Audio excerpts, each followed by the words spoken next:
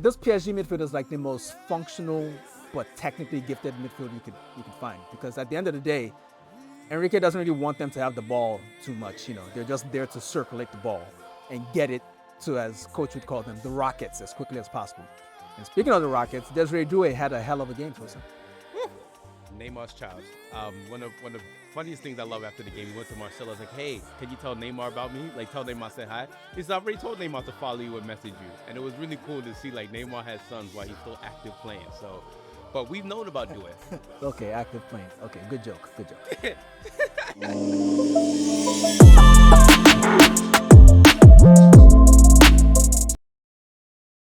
Ladies and gentlemen, welcome back to the Shirtless Plantain Show. This is the Champions League review / weekend review. I'm your host, Tosin. As always, next to me is Deen. How you doing today?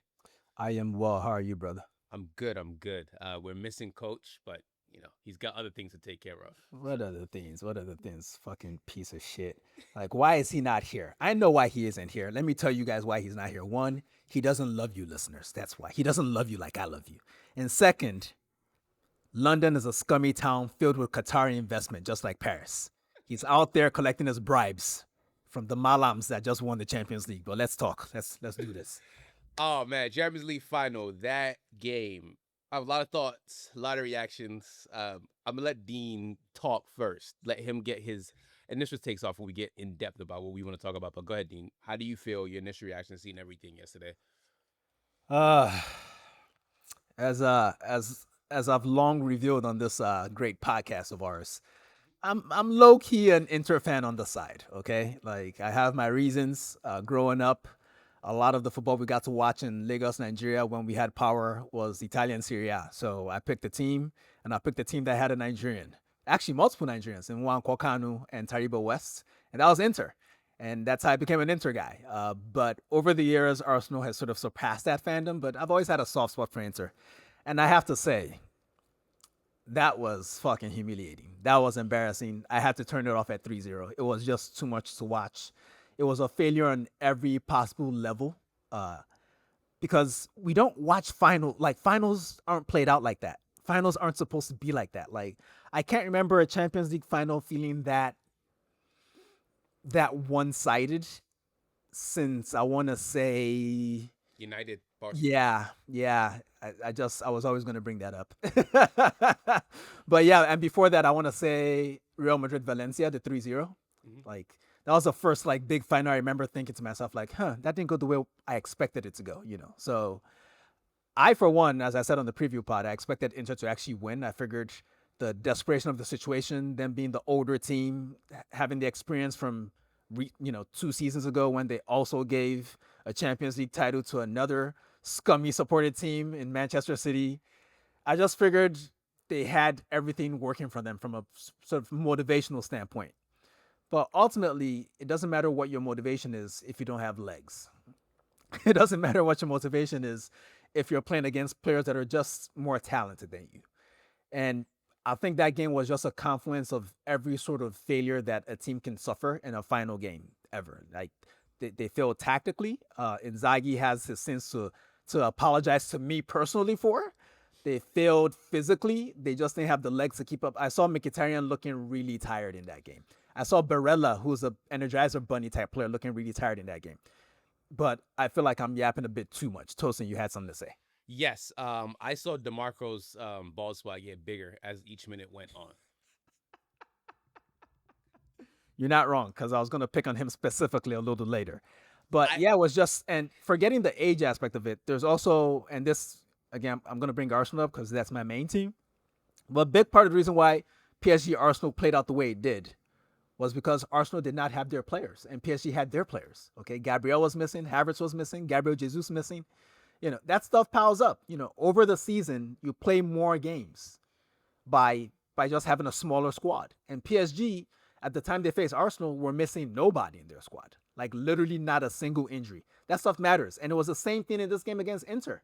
We had a Lautaro that did his hamstring in the semifinal against Barcelona. We had Benjamin Pavard come in on the right center back zone, replacing Bisek, but he hasn't played for a month. DeMarco, that we're going to make fun of profusely, has been in and out of the team with injuries. then you add the age to that, and PSG were they also played the perfect game. This was not all about Inter's flaws, not even close. PSG, very talented team, very fantastic team, but at the end of the day, I think a lot of this speaks to the larger themes of the tournament for me, Tosin. I just feel like in today's game, given all the conversations and articles and everything we talk about injuries and fitness and health and depth and the schedule, Hmm. at the end of the day, the teams that have won most of these competitions this season are teams that were healthy, that had some depth, that could change games from the bench. Those are the teams that won all the competitions this year. Yeah, and I mean, when you have a team where Lee Kangen didn't even play, Bradley Barcola came out when it was 3-0. You have Sonny Maloya, who's a talented academy kid coming off the bench. It's, you know, Kimpembe didn't even play, you know, and it's just one of these things where you look talent wise, PSG just has a lot of talent, and they're young talent on top of that. They're young talent, and I thought PSG were gonna win. On the preview, I said they're gonna win 2-1. I just felt PSG had a little bit more to them. I just didn't think it was gonna be this bad. I think this is probably the worst Champions League final score we've seen ever. But Yeah, man, that was embarrassing. yeah, it was, and I think it started with the tactics. It's weird to criticize a manager that got his team to basically every final in the last day of the Serie A season in Simone Inzaghi. But naturally, a 3-5-2 against a 4-3-3, it can definitely work. It's worked for Inter several times. I mean, they beat Barcelona, who played in a 4-3-3. But the thing about that formation is that it naturally forces the opposition out wide. That's the whole point of a 3-5-2. You want to force the opposition out wide and trap them on the sideline. The problem is that PSG's 4-3-3 is specifically designed to take advantage of wide overloads. They double up with their fullbacks. Vitinha drops into defense on the left side like Toni Kroos used to do for Real Madrid. Then from there he can play make. He drops in as part of the back three. Menge moves forward, double teams with Kvaratskhelia on whoever the fullback is or the wide center back is. Same thing the other side. Hakimi and who's out there? Doué. It was Doué today. They double team on DeMarco on the other side. Then Dembele goes wherever he wants, and he's a reference for everybody. And they just rearrange positions around him as the false nine. So there's always space in the middle for somebody to fill, somebody new to fill. And Inzaghi kind of set his team up unprepared for that. It just felt as if what PSG. I mean, PSG did the same thing against Liverpool that they did against Arsenal for their goals in both ties. For the first goal in the Arsenal tie, and for the goal that Dembele scored against Liverpool. I think at Anfield that was the first goal. And for Inzaghi to have that much reconnaissance, that much information in front of him, and to not reinforce his wide areas a bit more was really frustrating. I felt my solution would have been, and I'm not an expert coach or anything, I know they played two up top in Lautaro and Marcos Thuram, but I think one of those guys, whoever's better on the ball, probably Lautaro, and I don't know how fit he was, but he probably should have dropped into midfield a little bit more than allowed one of the midfielders to go wide more often. Um, Ultimately, what ended up happening was that they just dropped too deep as PSG started creating chances and you know putting the pressure on. And you know what? I should have started with this. The press, the PSG press was insane. Woo! Woo, woo, Like, woo. kid, we're gonna say some unflattering things about PSG, but the one thing I can't question is Ousmane Dembele's dedication to what they achieved yesterday. Like, he gave Summer no time on the ball. Like, when Inter have the ball, they build up like a lot of the. I mean, they play like a lot of other teams when they have the ball. They also have very interesting rotations with their back three and their midfielders. And but the problem is that they need to start with regular buildup, and they never had time to really start with that regular buildup. Every time Bastoni or one of the other defenders got the ball, everyone ahead of them was marked. So, and the other option is to give it to your goalkeeper to lump it long to someone like Turam to bring it down, or Lautaro, who's pretty physical himself, to bring it down. But he could never do that accurately because Dembele was on his ass the whole game. And that press was dialed in the entire game. Inter never really had a hold on the game at any point. No. Do you know when I knew Inter lost? Is maybe the first 10 minutes. I saw Simone Inzaghi take off his suit jacket. I was like, oh yeah, this game is cooked. Like he took his suit jacket off, and I was like, oh man, they mamaed his Mia. That's what that man lost his mind yesterday. I was like, that this game is cooked. I think one of the more unknown things about people who don't watch Serie A on a regular basis is just how often. I'm not saying you don't. I know you do, but how intense Inzaghi can be. He's never in his in the coach's box. He takes that jacket off quite often. He yells a lot. He mamas a lot of mias. He's one of those guys. Like in England, they'd be treating him like they treat Arteta and Nicolas Rivera or whatever. But he's a fun character to watch. But when he took that jacket off, I thought he saw what I was seeing and was trying to change it, but they didn't really change it. And maybe it was just one of the things because there was a very interesting, well, I don't know how interesting it is to the listeners, but it was interesting to me, a stat that says the scorer of the first goal has won now 10 of the last 11 Champions League finals.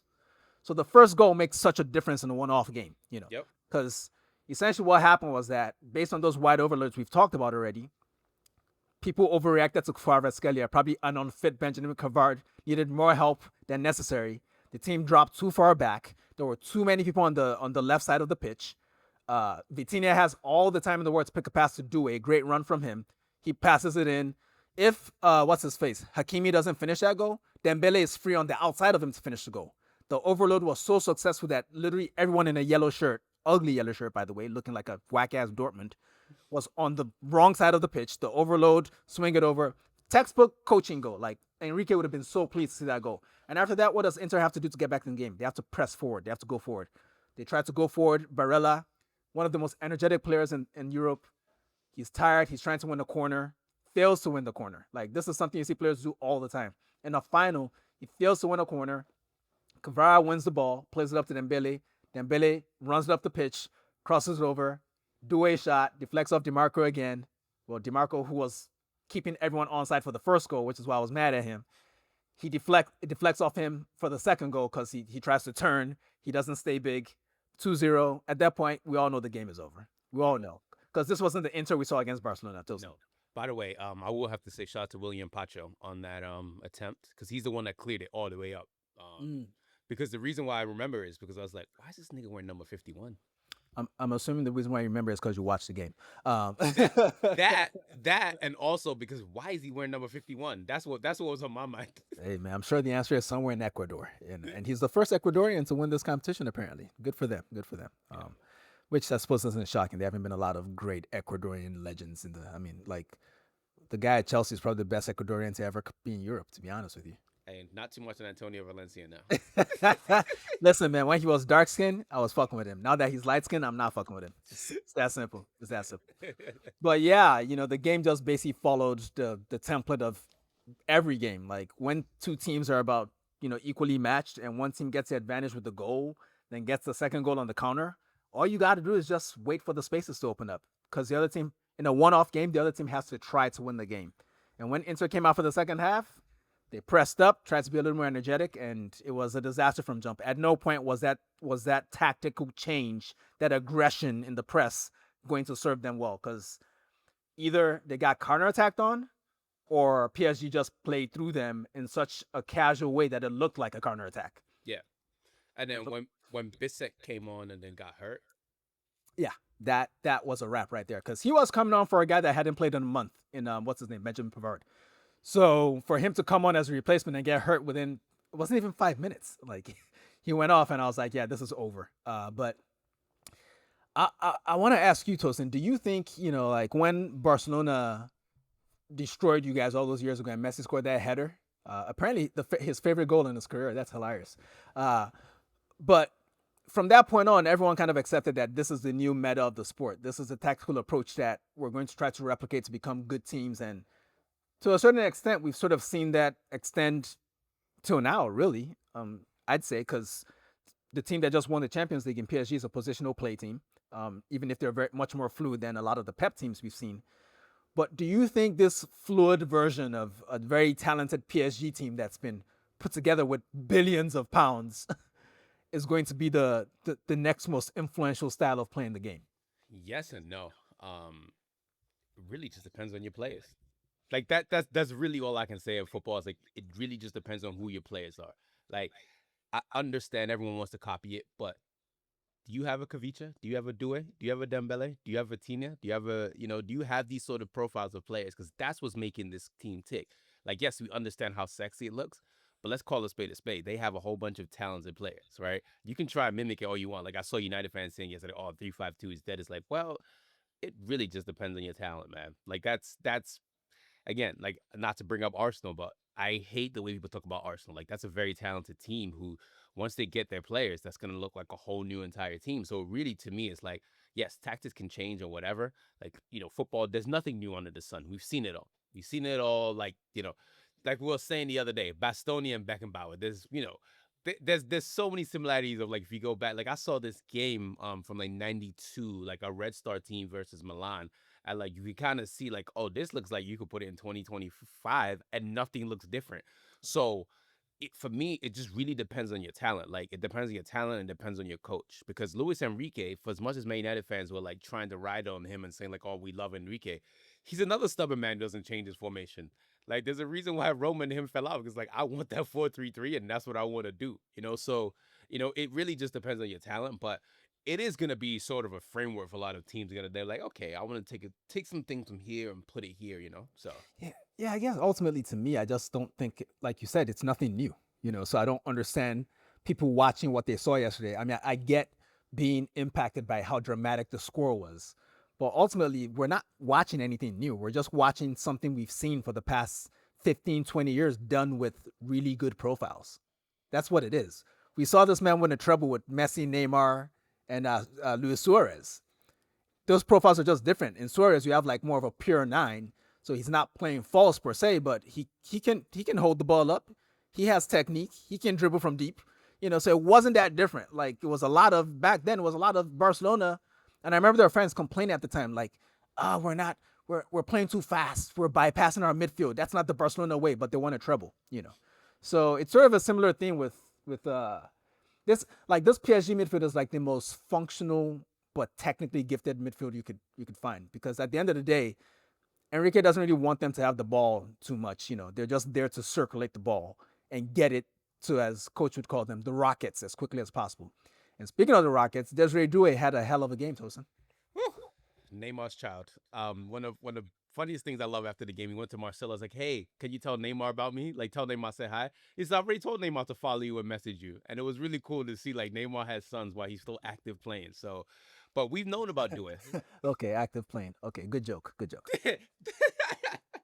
But we talked about this. We've talked about Due since he was at Rennes, since he was 17 years old. We saw it like when he was at Rennes. So for me, this is not shocking. It's a very talented player. So he just had his moment and he took his moment and ran with it. And that's a very special player. So very happy for Due. Did he end up winning player of the match? He did. Okay, good for him. Good for him. But Yeah. honestly, if I'm pretty sure if you ask Enrique, I haven't really watched a lot of the interviews because there was a lot of soccer and stuff we're going to get into in a bit that I did not want to expose myself to. But I'm pretty sure that if you asked Luis Enrique who the player of the game was, he would have said Dembele. Because again, that pressing on the goalkeeper, Jesus. Can I have a little soliloquy on Dembele? No, you may not.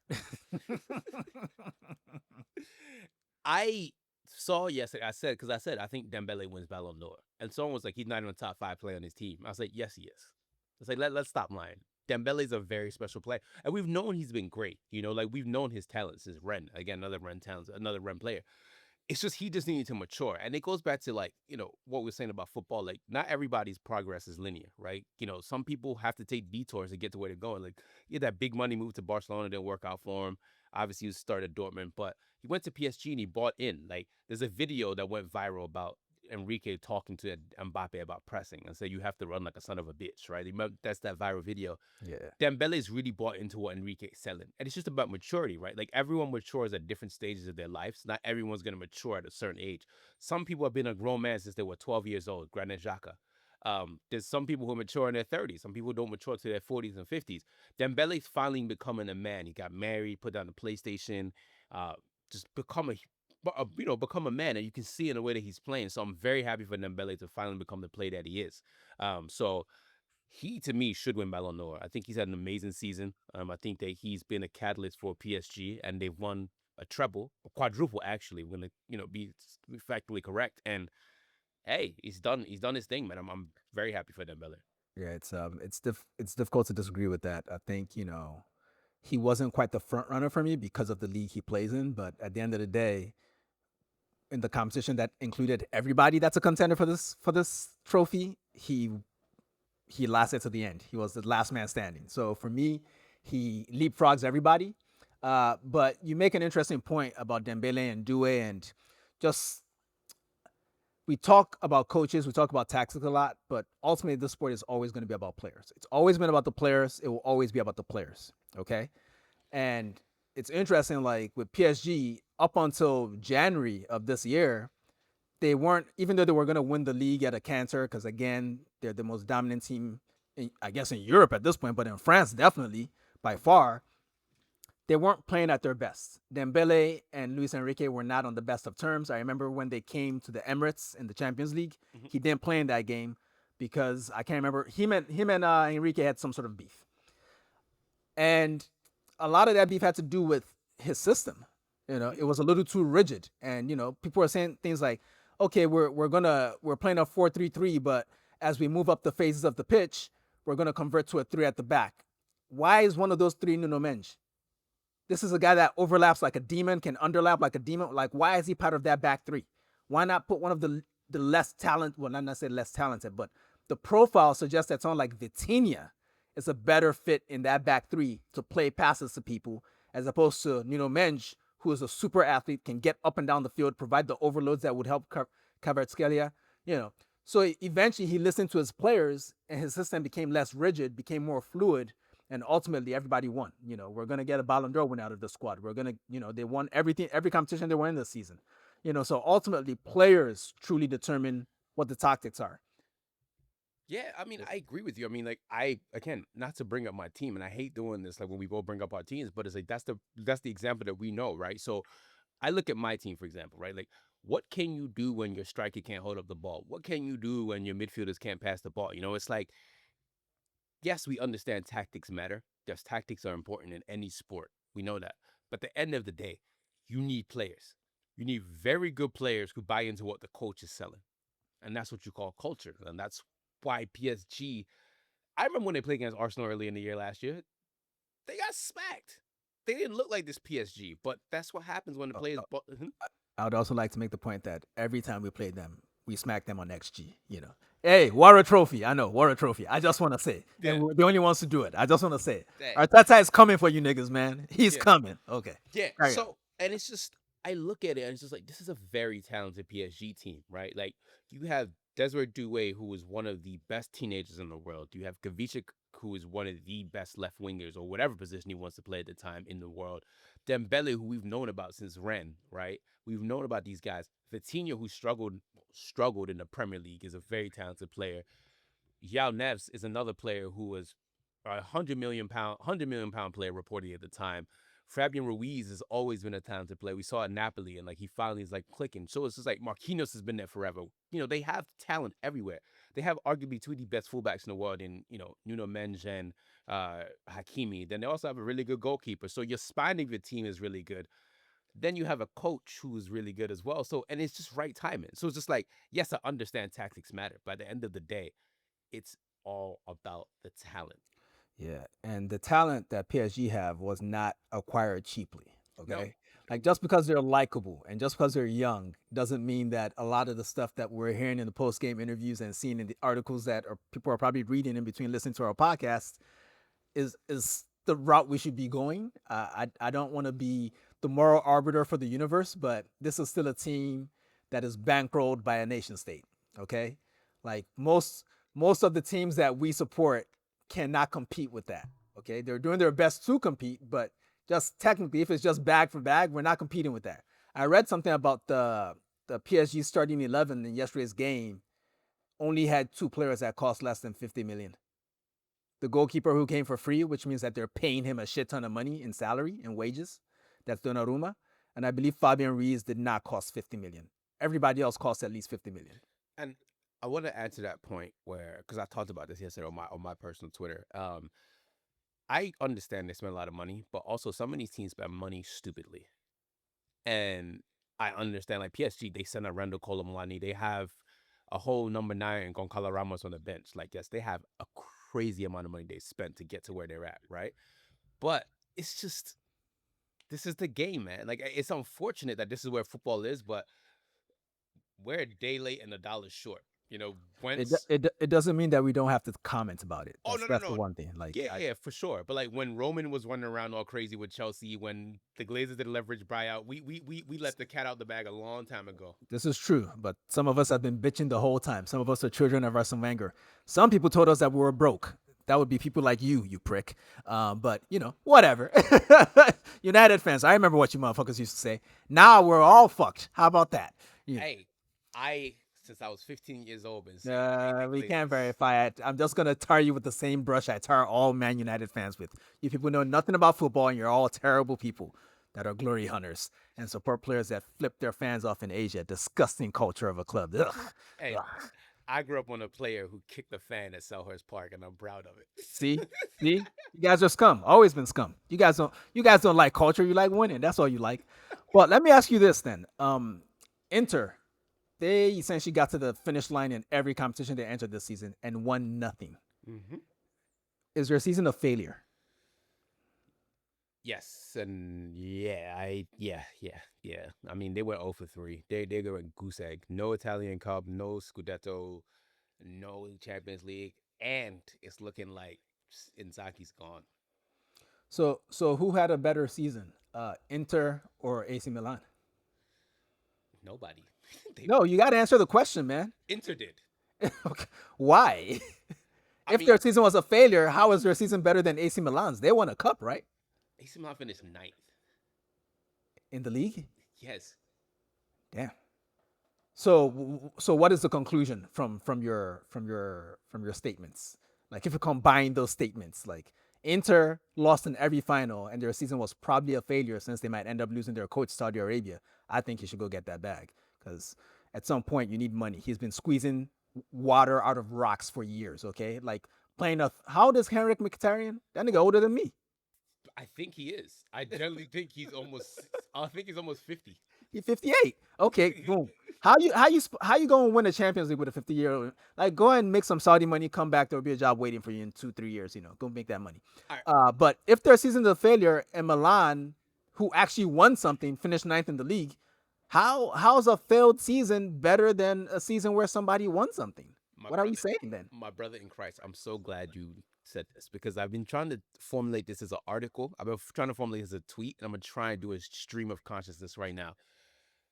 I think a lot of football fans love trophies to validate themselves and banter online when you can't take a look at the bigger picture, right? And I'm a professional Arsenal hater. I've said this a million times. I think Arsenal had one of the best seasons. Though I think what Mikel Arteta has done at Arsenal is actually underrated. I don't think people understand what he has built at Arsenal. So when people bunt at Arsenal like, "Oh, Tottenham won a trophy, this team won a trophy," you're not doing well. Arsenal a consistent top 4 team, right? They're consistently going to be in Champions League. They consistently fight for the Premier League title. They consistently fight for the big titles, right? A Carabao Cup is not going to validate Mikel Arteta's what he's done to rebuild Arsenal. An FA Cup's not going to do that. The Champions League and the Premier League will add to that. So all these nonsensical jokes about Arsenal finished second and Tottenham did this. Congratulations. Who the fuck cares? Because I don't care about that. I care about consistency. I remember when Sir Alex was at United, the lowest we ever finished was third, right? Now we're finishing 16th, 15th, and niggas talk about, we should have won Europa League. No, no, I don't give a damn about winning Europa League. That doesn't validate how bad the season was. What you measured it on is how well you did in your league. That is a true barometer of success is how well did you do in your league. Yes, you can win a Champions League, but Champions League is sometimes luck of the draw. It depends on your injuries and all of that. But how well have you consistently been in your league shows me. But I'm saying Inter failed because they had high ambitions, right? This is a team who won a league title. It's a team who's been to Champions League final. So they failed on that part. But in the grand scheme of things, no, they didn't fail. They're a top 4 team. They're going to Champions League next year. I remember when Inter post Jose. I remember the Inter before after Jose Mourinho left. I know what Inter was when they rebuilt. Inzaghi and Conte have built this team up to a place where they're consistently in the top 4. So, long story short, what I'm gonna say is shut the fuck up in 2025. That's all I want to say. Yeah. That said, I do think in one respect it's definitely a failure because I think if they had won this trophy, then it would have validated the season. It would have made all the efforts feel worthy. Mhm. Then you could have justified running it back. Yeah, As things stand, I don't think they can run it back. Even if Inzaghi decides to stay, I don't think they can run it back because it's like he can just point to like I did the best I could with this squad, and it just ended up being one of the most painful seasons in the history of fandom. Okay, this is basically Leverkusen back in. Remember the Leverkusen season where they came second in every competition? Yes. Then Bayern bought Michael Ballack after. Yeah. Jesus, it was awful. So this is sort of the Italian version of that, and it's unfortunate. Real quick though, what do you think? What do you think? We've talked about this a little bit, the whole QSI aspect, and again, compliments to all the players. Luis Enrique, fantastic manager. Glad to see that. This is something that was great for his legacy. I still don't know how I feel about him as being one of the best managers ever, because every time he succeeded, it's been with a Pep level team. Like I think there are certain managers that have achievements where they, like Ancelotti, for instance, has won things with really good teams and with less good teams. Sir Alex did the same thing. We've seen Wenger do the same thing. Certain managers only ever seem to win when they have inarguably the best team. So I don't know how I feel about him from a legacy ranking standpoint, but where would you place him at this point? 2 trebles ain't nothing to sniff at. I mean, it's him and Pep. That's it for 2 trebles. I would say he's top 10. I would say that he's around there. We have to. I mean, 2 trebles is nothing to sniff at, man. That's right. That no big deals, man. Like even Pep. Like I know we banter Pep and call him bald all the time, but man, Hey. Yeah, we didn't call him a loser. We just called him bald. That's not banter. That's just stating a fact. Yeah, like, that's not banter. He's bald. Yeah.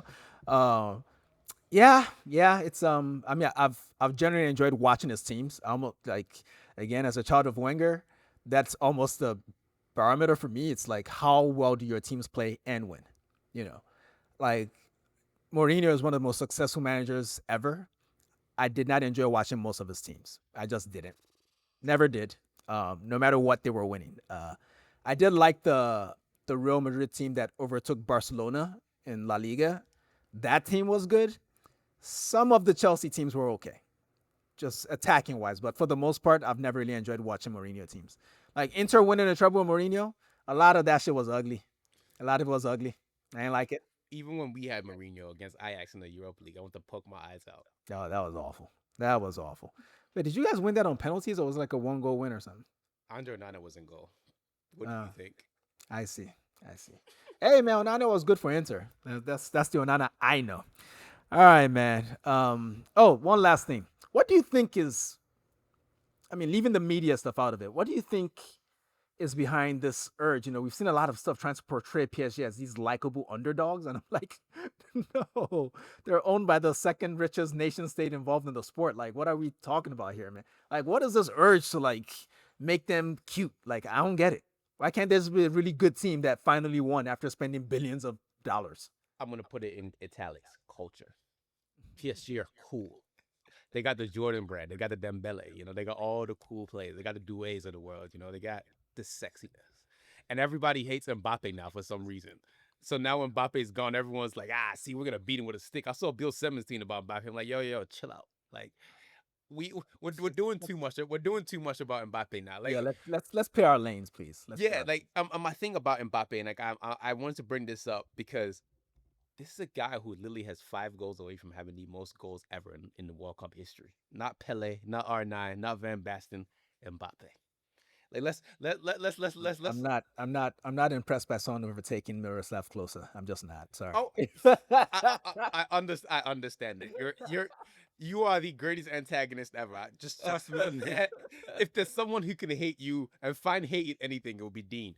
But what I'm saying is, for real, like let's relax. It's a 26-year-old player who's won a World Cup, scored a hat trick in a World Cup final. Let's calm down a little bit about Mbappe. Here's the Mbappe point I want to make. Yeah.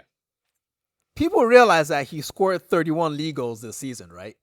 In his first season at Real Madrid. They won nothing, but he's not all of a sudden a bad player because he didn't win. He just had a losing season, I suppose, based on the expectations of his team. But him as a player, like, did he mess up the chemistry that other players had going? Yes. Did his team suffer because of it? Yes. Is he now a bad player? No, not at all. Did he make that guy delete his account because he scored a free kick? Yes. Did he put Guardiola in the dirt? Yes, he did that. I remember that. That happened this season, But yeah, Congratulations to the victors. That's all I got.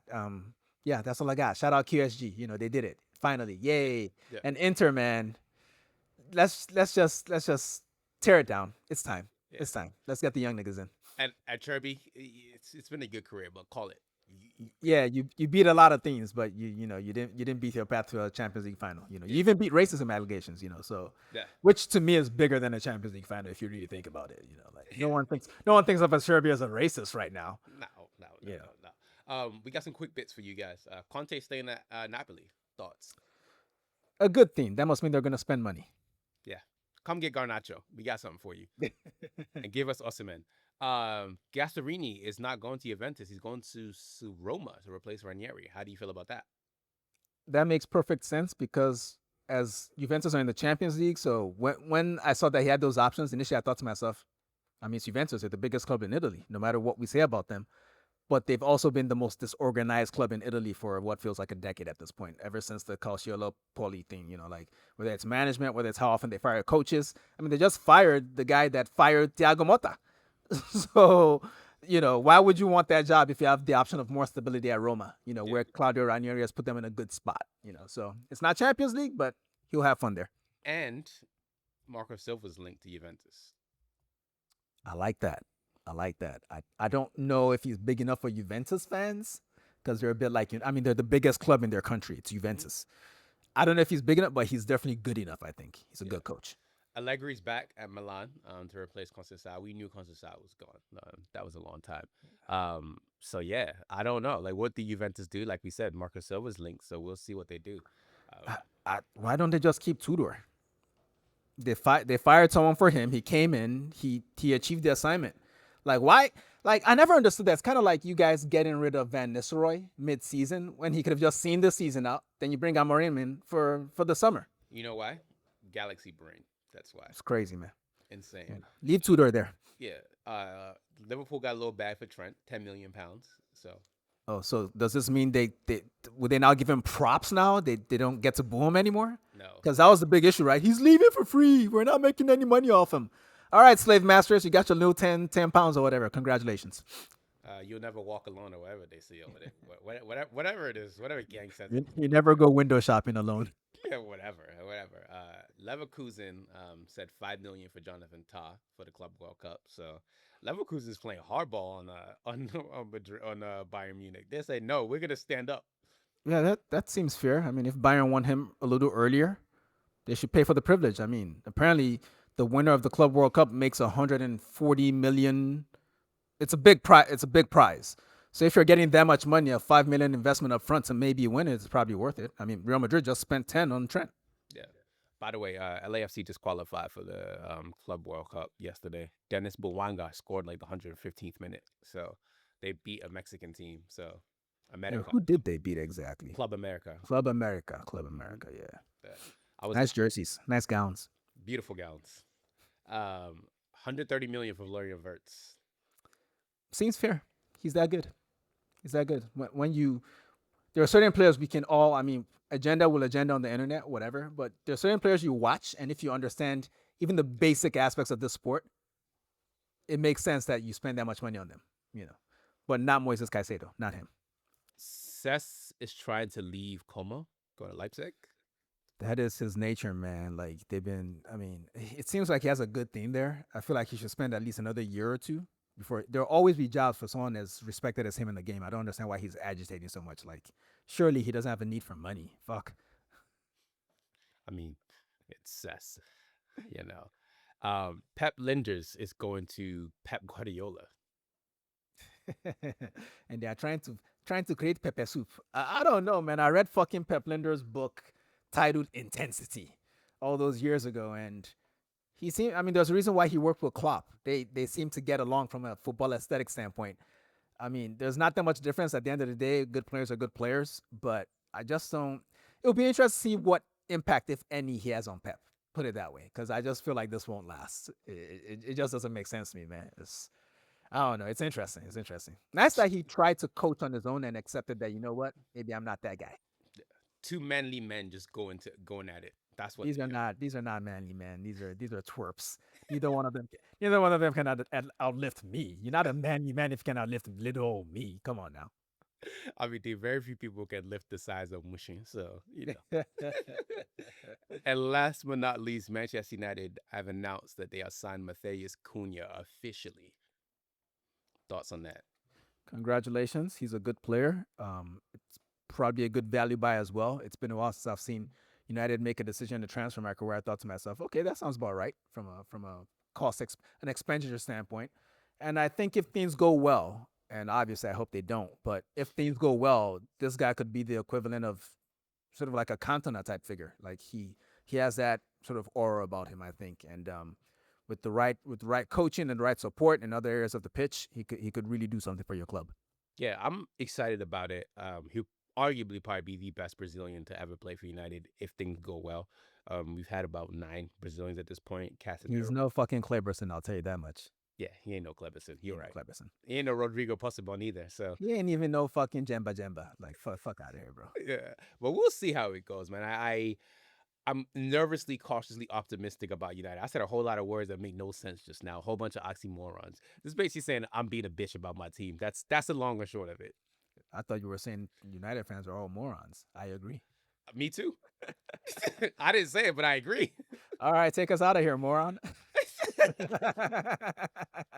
Ladies and gentlemen, that was the Champions League review. Also, some quick notes from myself, Tosin. We're out. This is Dean. Everyone take it easy. Peace. Hey folks, this is Dean from the Shirtless Plantain Show. Don't forget to subscribe, comment, and follow us on all our socials. You can see them right beneath our recordings in every video. Thanks again, and see you on the next one.